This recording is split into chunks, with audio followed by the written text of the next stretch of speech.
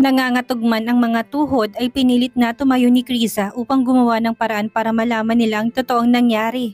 Kailangan niyang gumawa ng paraan upang makita nilang ama sa araw na yon para malaman nilang totoong nangyari sa kanya sa loob noon. Hindi pa rin sila naniniwalang dalawa na tatangkaing mamatay ng ama. Ang ayos pa nga ng usap nilang dalawa noong bumisita siya sa kulungan. Malamang ay may kung anong nangyari. Maaaring planado rin yon. At ang bagay na yun ang kailangan niyang malaman kaya dapat makita to. Tinangka niya magpatiwakal, iha. Ayun yung sinabi sa akin sa tawag bilang guardian niya at contact in case of emergency. Siguro dahil ayaw niya na tayong nakikitang nahihirapan kung kaya naman sinubukan niya magpatiwakal at kunin na lang ang sariling buhay para matapos ng paghihirap nating lahat. Umiyak na patuloy ng ginang na bahagya ng nahihimasmasa ng sarili sa pagkabiglang naramdaman niya nang makarating sa kanya ang naturang balita. Kriza, gusto ko siyang makita. Gumawa ka ng paraan para makita natin ang iyong ama. Please, iha, gumawa ka ng paraan upang makita natin siya ngayon. Tinakpan ng ginang ang kanyang muka gamit ang palad at nagpatuloy na umiyak. Lumabas sa pagitan ng mga daliri niya ang masaganang luha. Mapait ang tunog ng mga iyak na yun ng madrasta. Naanimoy wala na ang kanyang ama. Pabalik-balik na naglakad si Kriza sa loob ng kanyang silid. Pilit na kinakalmang kanyang sarili upang makapag-isip ng tama. Natataranta na rin siya at hindi niya na alam ang gagawin. Wala siyang maisip kung sinong kanyang tatawagan para kausapin. Dumaan sa kanyang isipan si Nick ngunit kaganyang ipinilig ang kanyang ulo. Hindi niya tatawagan ng abogado sa mga oras na yon. Hindi niya ito guguluhin kung nasan man ito ngayon. Ayaw niya pa ring maniwala na magpapakamatay ang kanyang ama na kasing lakas ng kalabaw noong bisitahin niya. Agad tinawagan si Atty. Balboa at nakiusap sa kanya na gumawa ng paraan upang mabisita nila ang ama. Kailangan nila itong makausap, kailangan nila itong makita. Sa mga sandaling iyon ay nakarating na rin sa abogadong humahawak ng kaso ang nangyari sa ama ng kanyang kliyente. Ang mabuti pa, iha, ay magpunta kayo ngayon dito sa opisina ng law firm namin. Dito natin pag-usapan ng lahat ng mga concern yung mag-ina ukol sa kaso ng iyong ama. Sige po, Atty. Hidalgo. Papunta na po kami dyan ni tita. Habang nasa biyahe, patuloy na inalo ni Chris ang ginang na panay pa rin ang iyak. Walang tigil ang buhos ng mga luha nito. Sa sobrang pagkatarantay pumunta ang dalawa sa araw na yon sa law firm nang hindi kumakain ng almusal. Hindi nila alintana ang gutom na hindi naman nila maramdaman sa mga sandaling iyon dahil puno ang katawan nila ng sobrang pag-aalala para sa kalagayan ng kanyang ama. Tama na po tita, magiging ayos din po ang lahat. Nahihikbi pa ring saad ni Krisa na marahang hinaplos ang likod ng katabing madrasta. Agad silang hinarap ng abogado na ilang beses na may tinawagan sa telepono patungkol sa insidenteng sinasabi sa kanya ni Krisa. Bagamat kalmadong mukha ay may pag-aalala rin sa kalooban nito. Huwag na kayong mag-alala, maayos ng lagay ni Mr. Aguilon ngayon.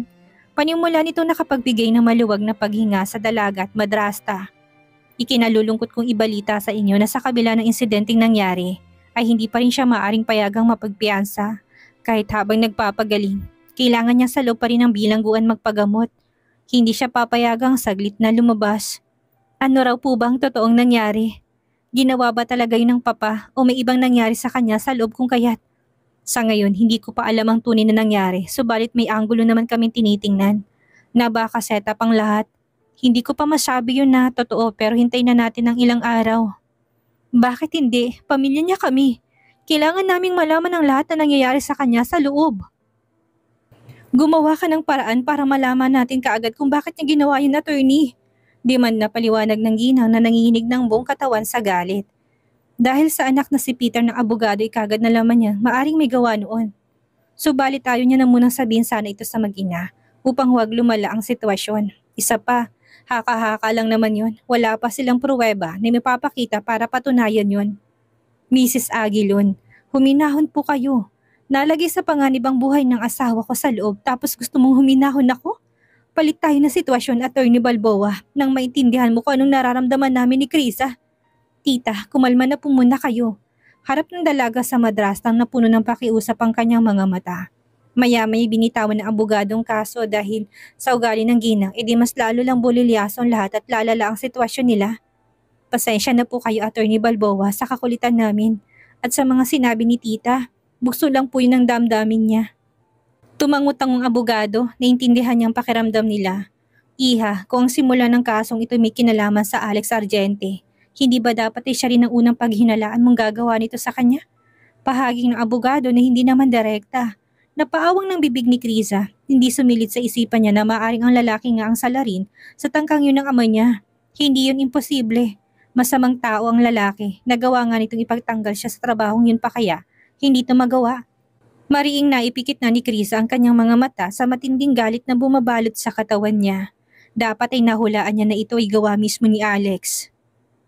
Masama ang budhi nito at alam niyang gagawin itong lahat para lang mapilitan siyang bumalik sa piling niyang lalaki kahit na maraming mapahamak at madamay sa masama nitong plano. Naiipit na siya dito. Paano siya makakabalik? Isakripisyo niya ba ang sarili niya sa kalayaan ng ama? Kung hindi niya naman yun gagawin, paano ang ama niya? Paano kung magtangka ito ulit? Doon na ba mawawasak ang pamilya nila? Hayop ka talagang lalaki ka. Humanda ka. Pagbabayarin kita ng mahal. Naikuyong pareho ni Chris ang kanyang mga kamao. Sa matinding galit, hindi niya alam ang kaya niyang gawin oras na makita niya si Alex. Gusto niyang pulbusin ito hanggang sa maging pinong-pino. Sa nakitang reaksyon ng dalagay medyo nabalisang abogadong si Miko. Inabot niya kay Chris ang isang baso ng maligamgam na tubig para kalmahin ito. Dapat talaga hindi niya na lang yung sinabi muna. Iha, bakit hindi mo muling kausapin si Nick? Kung siya nga hawak nito, mapapabilis ang pag-asikaso ng kaso. Nabalitaan ko mula kay Peter na naging malapit na raw kayong dalawa kamakailan lang. Tila tinusok ng pinong karayom ang puso ni Krisa sa sinabi ni Atty. Balboa. Bakit ganitong reaction nito? Bakit parang ayaw na rin itong hawakan ng kaso ng ama? Patuloy ang naging kirot sa puso niya habang iniisip na baka umatras ang abogado. Dahil sa komplikadong nangyayari, hindi pa man yun nagsisimulang dinggin sa korte. Hindi niyo po ba kayang ipaglaban ng kaso? Tapatin niyo po ako, attorney. Kaya niyo ba akong itinataboy kay Atty. Bentacourt? Inosenteng puno ng sama ng loob na tanong niyang naiiyak na doon. Hindi naman siya ganun, Iha, pero sa tingin ko interesado na rin dito si Nick. Ilang araw lang nung kunin niya ang details ng kaso ng papa mo sa akin upang pasadahan niya raw. Alam mo na, baka pag kinausap mo siya, pumayag na siya. Huwag mong sabihin sa kanya na sinabi ko sa'yo. Dahil ang bili niya, huwag na huwag kong babanggitin sa'yo. Biglang naalala ni Krisa ang sinabi ni Nick sa kanya na may sasabihin ito. Yun ba yun? Ayaw niyang umasa at baka mabigo lang siya. Masakit pa naman itong tanggapin dahil baka biglang lumagapak siya. Sige po, susubukan ko. Marami pong salamat, Atty. Balboa. Nakinig ang dalaga sa payo nito at marahang tumango. Tatanggalin niya na sa katawan ng kanyang hiya. Pilit niyang pinagdiinan sa kanyang isipan na para yun sa kanyang ama. Isasantabi na lang muna niya ang kahihiyan. Lulunukin na muna niyang pride para sa kanyang ama. Tita, tayo na po. Baling niya sa ginang nabiglaan ng pananahimik. Nang lumabas sila ng opisina, hinawakan niyang kanyang mobile phone na bagamat nag-aalinlangan kung tatawagan ba niya si Nick ay kailangan niya yung gawin. Pipindutin na sana niya ang call button nang maalalang kaka-reject niya nga lang pala kagabi ng tawag nito. Tapos tatawagan niya ito ngayon upang makiusap ng pabor. Papayag pa ba itong bigyan siya ng pansin? Baka isipin itong ginagamit niya lang at magaling lang siya kapag siya lang ang makikinabang sa sitwasyon. Ang tanga mo kasi, Krisa. Palo niya sa kanyang ulo nang muling naipikit ng mga mata. Pwede ka namang lumabas kagabi para kausapin niya pero hindi mo ginawa. Gumawa ka pa talaga ng palusot. Sa bandang huli pinili pa rin niyang tawagan ito para yun sa kanyang ama. Nilunok niya ang pride at naglakas loob pa rin siyang tumawag. Pikit mata niya yung ginawa upang masaktan lang dahil patay ang cellphone nito sa mga sandaling iyon at hindi niya makontak ang binata. Tita, natigilan si Krisa nang makita niyang wala na sa kanyang tabi ang madrasta. Ang huling tanda niya nasa tabi niya lang iyon, nakatayo. Nasaan na siya? Naisip ni Krisa na pumuntang ginang sa banyo. Ngunit pagpunta niya doon ay wala ito. Patuloy niya itong hinanap. Lumingali nga siya sa paligid ngunit wala ito. Nagsimula nang hindi mapalagi si Krisa, tinawagan ng cellphone ng madrasta. Kinutuban na siya ng masama. Sagutin mong tawag ko, tita. Please lang. Sagutin mong tawag ko. Galaiting tura niya parang mahihibang na sa paghahanap sa kanya. Patuloy lang nag-ring ang cellphone ng ginang pero walang sumasagot. Biglang naalala ni Chris ang sinabi ni Atty. Balboa na maaaring nagplano ng lahat sa nangyari sa ama niya. Mabilis siyang tumakbo papunta sa elevator. Pinindot niyang elevator button na galit at gamit ang nanginginig na mga daliri nang tumayo siya sa nakasaradong elevator. Nanginginig ng buong katawan niya na parang gustong hilahin ang oras at nang makalabas na doon. Masama ang naiisip niya sa biglaang pagkawala ng kanyang madrasta ngayon. Tita, please lang, huwag kang gumawa ng katangahan. Huwag mo nang dagdagan pang problema ang kinakaharap natin ngayon. Dikit ang ipintura ni Teresa na nangingilid na ang mga luha. Walang pakundangan tinungon niya ang opisina ni Alex kung saan inisip niyang pinuntahan ng madrasta. Malapit lang yan sa law firm na pinuntahan nila, kaya malamang inaro ng ginang. Sa bugso ng damdamin nito, baka makagawa to ng masama. Ayon yun sa kutob niyang ni minsan hindi nagkamali. Ilang minuto pang nahuli sa eksena si Kriza. Nang sumugod siya sa opisina ni Alex ay nagkakagulo na doon ang mga empleyado. Natakot at ang ilan na hindi magawang lumapit at tahimik lang na nanonood sa mga nangyayari.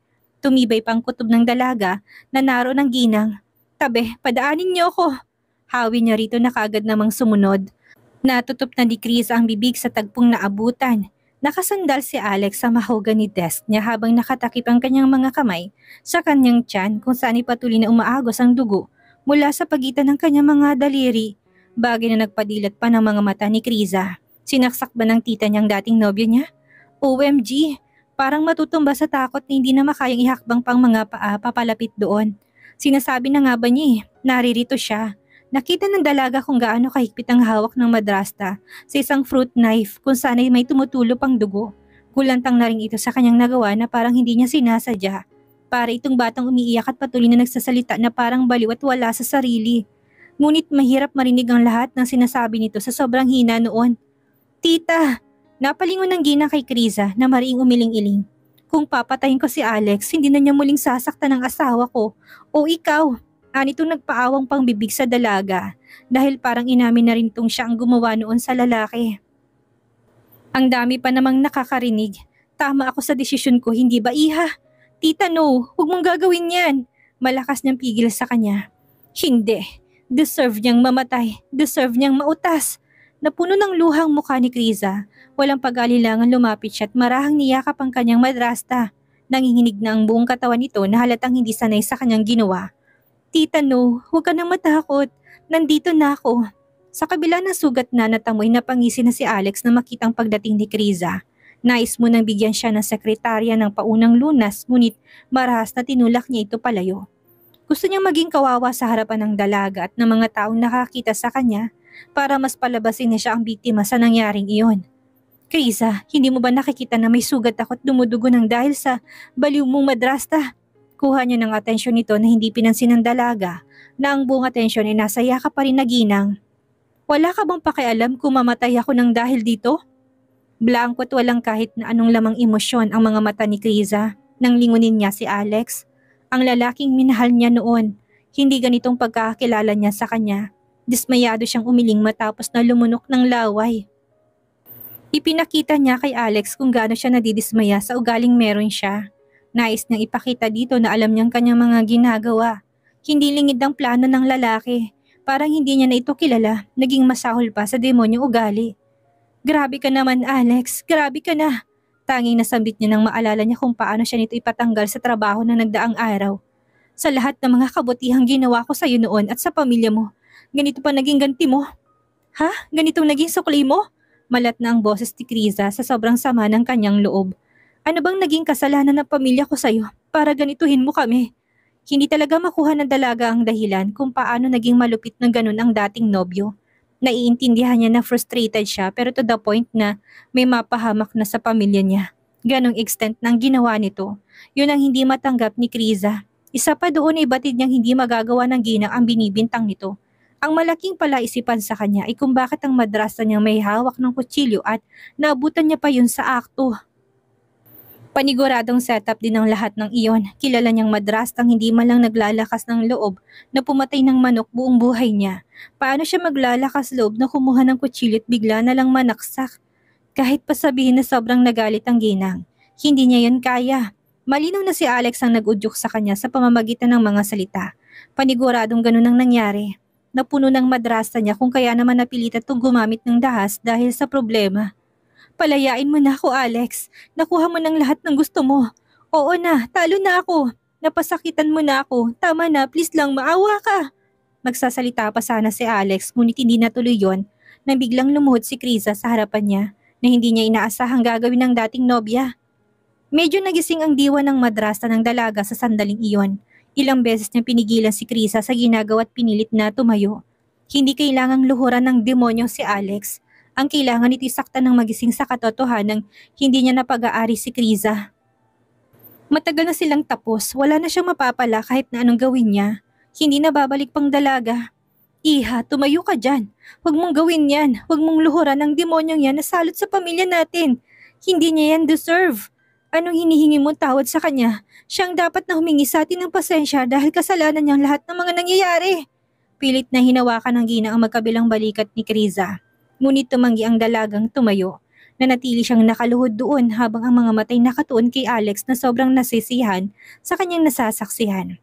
May mga luha sa gilid ng mga mata ni Kriza. Patunay na hindi niya gusto kung ano man ang kanyang ginagawa. Pinagsaliko pa ng dalagang dalawang palad upang makita ni Alex kung gaano siya kasincere sa paghingi ng tawad. Baka sakaling maawa ito, haplusin ang puso nito at magbagong masamang pinaplano. Alex, nakikiusap ako sa'yo. Alam ko may mabuti kang puso. May natitira pang awa sa damdamin mo. Halos malunod na si Kriza sa patuloy na pagbalong ng kanyang mga luha. Pagpasensyahan mo ko noon dahil isa akong ignoranting umiibig sa iyo noon ng tapat. Ngunit kung ano man ang nangyari noon ay tapos na. Hindi na natin may babalik pang dati. Tanggapin mo na lang sana yon. Pakinggan mo ko ngayon nagmamakaawa sa iyo. Dinggin mo naman ang samo ko. Nanginginig ng labing dagdag pa ng dalagang mga matay nakatuon pa rin sa walang kurap na mga mata ni Alex. Pakawalan mo ng aking ama at huwag mo nang saktan si tita. Alang-alang sa aking mga naging mabuting pakikitungo sa nakaraan sa'yo. Sa inyo, pakiusap. Napakaamo niyang nakikiusap noon na alam niyang nilunok na niya ang pride niya at lahat upang magpakababa. Gigil na napasigaw ng tita niyang tutol sa mga pinagsasabi niya sa dating kasintahan. Ano ba, Kriza? Kulang na lang ay mapatid ang ugat sa leeg ng Ginang nang isigaw yon. Bakit ka nagpapakababa sa demonyong yan? Wala siyang awa. Sarili lang niyang iniisip niya. Wala siyang utang na loob na ibinigay mo ng lahat. Pinakain mo na sa iyong palad. Gusto niya pang kunin pati ang braso mo para wala nang matira sa'yo. Tumayo ka. Tumayo ka dyan. Pabayaan mong demonyong yan sa gusto niya. Mahal na mahal ng kanyang ama si Kriza. Kaya paniguradong kapag nakita niya ito ngayon, malamang na masasaktan ng kanyang ama sa ginagawa niya. Paano niya nagagawang lumuhod sa isang halimaw? Paano niya ginagawang magpakababa dahil lang sa kanila ng Ginang? Kriza, ano ba? Hindi pa rin natinag at gumalaw ang dalaga ng mga matay na natili kay Alex na kumakatingin sa kanya'y puno ng pagmamatigas sa hiling niya. Ilang beses itong umiling, sign na anuman ang hilingin niya. Hindi siya nito magagawang pagbigyan hanggat hindi nito nakukuha kung ano ang kanyang gusto. Hindi siya nito papakinggan. Alam mo, Kriza, ang dami mong sinasabi. Alam mo sa sarili mo kung ano magiging sagot sa lahat ng problema mo. Hindi mo kailangan lumuhod kagaya ngayon. Sasabihin mo lang na pumapayag ka na sa lahat ng gusto ko. Yun lang naman ang hinihintay kong marinig sa'yo. Mariing napapikit si Kriza, umaapon ng kanyang galit sa puso. Oras na hindi siya makapagtimpi. Baka hindi lang saksak ang abuti nito sa kanya. Baka mabalian niya ito ng leeg sa tindi ng galit niya sa lalaki. Sumagot ka. Gagawin mo na ba ang gusto ko? Puno ng otoridad na ulit na sigaw ng Alex na umalingaw sa buong paligid. Sagot, mabilis na umiling si Kriza. Hindi niya kaya maging alipin na naman ng binata. Sobrang dering-deri na siya dito. Bagay nagpangitngit pa sa kalooban ni Alex, nakaluhod lang siya para makiusap na hayaan na sila. Sa tingin ng babae, papayag na lang siya ng basta? Hindi siya makakapayag na makuha nito ng kalayaan niya ng ganong kadali. Kailangan niyang maigapos si Kriza sa kanya ngayon na may pagkakataon siyang gawin ng bagay na yon. Paano kung ayaw ko? Paano kung hindi ko sila pakawalan hanggat hindi mo sinusunod ang gusto kong mangyari? Ano ang gagawin mo? Sinusunod mong gusto kong mangyari. Anong gagawin mo, Kriza? Patuloy ka pa rin bang magmamatigas sa mga gusto ko, ha? Alex, pumayag ka sa gusto ko at ora-orada pagbibigyan kita sa hiling mo. Kindat pa ng lalaking animong walang masakit sa kanyang katawan. Alex, hindi ka ba natatakot na ilantad kung tunay mong mukha sa harap ng pamilya Bentacourt? Huling resort ni Kriza dahil baka sakaling matakot ito kapag binanggit ngayon. Isusumbong kita sa... Sige Kriza, pumunta ka, ngayon na. Gusto mo bang samahan pa kita? Nakakalokong umisi pa si Alex kay Kriza na lalo nagpakulo ng dugo ng dalaga. Punong-puno na siya sa kanya. Pinipigilan niya lamang ang sarili dahil baka siyang tuluyang makapatay sa lalaki. Sa ginagawa mo ito, hindi kita mapapatawad ni Nati. Talaga ba? Subukan mo nga. Sa tingin mo hindi niya ako kayang patawarin? Gaya mo lang din siya noon. Patay na patay sa akin at handang gawin ang lahat. Sa tingin mo tutulungan ka rin ng future brother-in-law ko na si Nick? Malutong pa itong humalakhak. Nagkakamali ka. Mahalaga pa rin sa kanyang kasiyahan ng kapatid niya kumpara sa'yo. Kaano-ano ka ba niya? Wala kang bilang, Kriza. Sa pagbanggit sa pangalan ni Nick ay mas sumakit ang sugat ni Alex. Hindi niya lang yun ipinakita dahil gusto niyang ipagtakpan ng katotohanan ng alam niyang nagkakapuwang ng dating nobya sa buhay na magiging bayaw niya. Naiinis pa siyang lalo dahil alam niyang unti-unti nagkakagusto sa abogado si Kriza na kapag hindi nasupil ay maaaring magsimula ng bago nilang relasyon. Kung kaya naman hanggang kaya pa'y pilit niyang sinusubukan na hindi sila paglapitin. O bakit hindi ka makaimik dyan, Kriza? Dahil ba na-realize mo na wala ka lang sa kanya? Hindi ka pa rin niya tutulungan kahit nagawin mo sa sarili mo. Ikay-kang lumapit si Alex sa dalaga, pinilit niya itong pinatayo at hinila palapit sa kanya upang yakapin ng mahigpit. Sa puntong iyon alam niyang wala itong magagawa kung hindi ang pumayag. Nagmatigas si Kriza, kaya humantong yun sa marahang paghaplos ni Alex sa pisngi niya sa harapan ng mga employee na nanonood pa rin sa palabas na yon. Bumalik ka sa akin, Kriza. Balikan mo ko. Magsimula tayong muli. Balikan natin ang dati. Kung hindi mo yung gagawin ay hindi ko magagarantiya sa'yo kung anong maaaring gawin ko sa pamilya mo. Puno ng kumpiyansa ang lahat ni Alex na hindi alintanang sugat na hindi naman ganun kalalim. Galos lang yun kung tutuusin at medyo madugulan talaga dahil sa tinamaan niyang ugat. Halimbawa, hahayaan mo ba si tita na makulong ng 10 o 8 taon para sa krimen ng personal na pag-atake sa akin? At hayaan ang iyong amang magdusa sa isang malakas na sampal ang pinadapo ni Kriza sa mukha ni Alex. Hindi na niya napigilan ang sarili, hindi na siya nakapagtimpi pa. Galit na galit siya kaya nanginginig ng buong katawang humarap dito. Demonyo ka! Hindi na makataong ginagawa mo. Hayop ka, Alex! Anak ka ng dilim! Sagad na sa butong kasamaan mo, tarantado ka!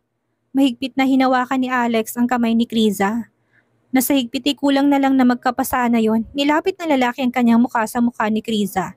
Nangangalit ng ngipin niya sa galaiti. Ngayon mo lang nalaman, mapang-asar niya pa ring tanong sa kanya. Alam mo, hindi yan sinasabi mo nung nagustuhan mo ko. Hindi yan ang sinabi mo nung namulak at hinintay na halikan kita. Malakas tong umalakak na parang baliw. Nang makitang sobrang namulang mukha ni Krisa sa galit at hindi sa matinding kilig. Ang sabi mo pa nun sa akin ay ako na ang pinakagwapong lalaki sa mundong nakilala mo.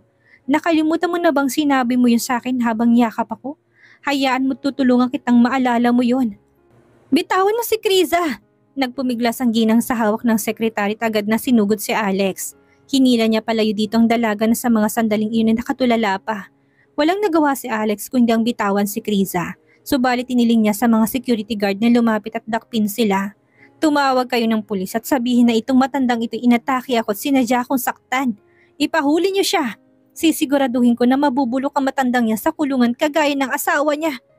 Masuyong hinawakan ni Chris ang kamay ni Alex upang muling magmakaawa habang patuloy na umaagos ang luha ng puot sa mukha.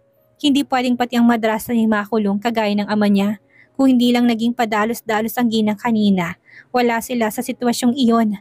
Ngunit ano pang sense na sisihin niya to? Wala na. Nangyari ng lahat at wala na siyang choice kung hindi ang makipagkasundo sa gusto nito kahit na alam niyang labag yun sa sarili. Alex, please, tama na. Umiling ang lalaki, hindi niya gagawin ang hiling nito na hindi ito pumapayag sa kanyang gusto. Hindi niya nasasayangin ang pagkakataong yun na mismong lumalapit na sa kanya dahil sa madrasta. Gawin mong gusto ko't ibibigay kong hiling mo. Kung hindi mo yun gagawin, kailangan mo na sigurong kumayod ng 24/7 dahil 2 taon ang kailangan mong ilabas ng bilangguan. Nasisihan pang tugon ni Alex sa kanya. Ano, pumapayag ka na ba? Sa hindi kalayo ng opisina ay maririnig ng malakas na tunog ng mga sirena ng sasakyan ng mga pulis na patungo na sa building na yon. Nabahiran pa ng pamumutla ang mukha ni Kriza. Oras na makulong ang madrasta, hindi na niya alam ang gagawin niya sa buhay. Ni hindi pa nga niya naayos ang kaso ng kanyang ama. Tapos eto na naman may panibago pa. Paano na lang niya haharapin ang panibagong bukas noon? Ano, Kriza, naghihintay ako ng sagot mo habang wala pa ditong mga pulis. Inis na paalala ni Alex sabay tingin sa pangbisig na relo. Mariing ipinikit ni Chris ang kanyang mga mata. Patuloy na nagtatalo ang saloobin niya. Oras na pumayag siya, katapusan niya na yon. Huwag ka nang magalit, Alex. Humihingi na ako ng tawad sa'yo sa ngalan ni tita. Please naman, huwag mong gawin sa akin to. Huwag mo kong gipitin at papiliin sa mga bagay na hindi ko gusto. Madali lang naman ang kondisyon ko, Kriza. Pagbigyan mo na, igagaranti ako sa'yong hindi na makukulong ang madrasta mo. Marahang naupo si Alex sa hindi kalayo ang sofa at inunat ang isang palad sa direksyon ni Kriza. Hinihintay niyang tanggapin niyo nito. Tanggapin mo kamay ko kung payag ka sa gusto ko. Kung ayaw mo naman, hayaan mong nakalahad lang ang hanggang dumating ang mga pulis. Pikit na mga matang tinanggapin ni Krisa dahil wala na siyang choice. Nang magdaw pampalad ni Lahib na bahiran ng dugong lalaking kamay niya, na gusto na sana niyang bawiin pero mahigpit na hinawakan niya ni Alex na lumapat pangiti sa kanyang labi. Hindi alintana ang mga nanonood sa kanilang mga employee na saksi sa pagiging ganid niya at pagiging anak ng demonyong nakatawang tao sa katauhan niya. Ganyan nga, Krisa, sundin mo kung anong gusto ko. Anong mangyayari ngayong masyado ng ginipit ni Alex si Krisa gamit ang mga taong mahalaga sa buhay ng dalaga? Dahil sa nangyari, makukuha na kaya ni Alex si Krisa? Yan ang ating aalamin sa susunod nating kabanata.